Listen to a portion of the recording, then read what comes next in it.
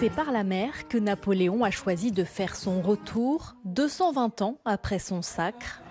Vive l'empereur! L'ancien empereur s'est ensuite offert un bain de foule à travers les rues de Saint-Raphaël où les grandes étapes de sa vie étaient mises en scène par une troupe locale sous les yeux de plusieurs centaines de personnes. Moi, je suis dans le droit et je travaille toujours avec le code civil de l'empereur. Finalement, c'est les bases un petit peu de beaucoup de choses en France.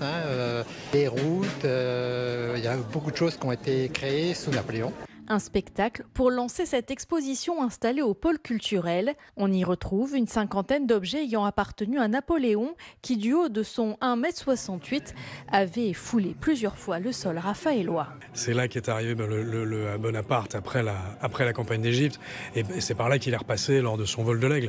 Donc c'est formidable, Saint-Raphaël, 2 décembre. Puis c'est célébré, vous savez, cette France de la méritocratie qui a libéré le monde entier. 1804, une année qui aura des répercussions sur notre monde contemporain. C'est vraiment l'union entre l'ancien régime que Napoléon rétablit sur un certain nombre d'éléments, mais surtout pour montrer que la tradition républicaine récente à son époque, elle peut s'installer durablement. C'est les bases, les fondations de notre société actuelle en ce qui concerne l'organisation de l'État, et puis ce sont surtout des valeurs comme celle du courage, celle de l'engagement, celle du mérite.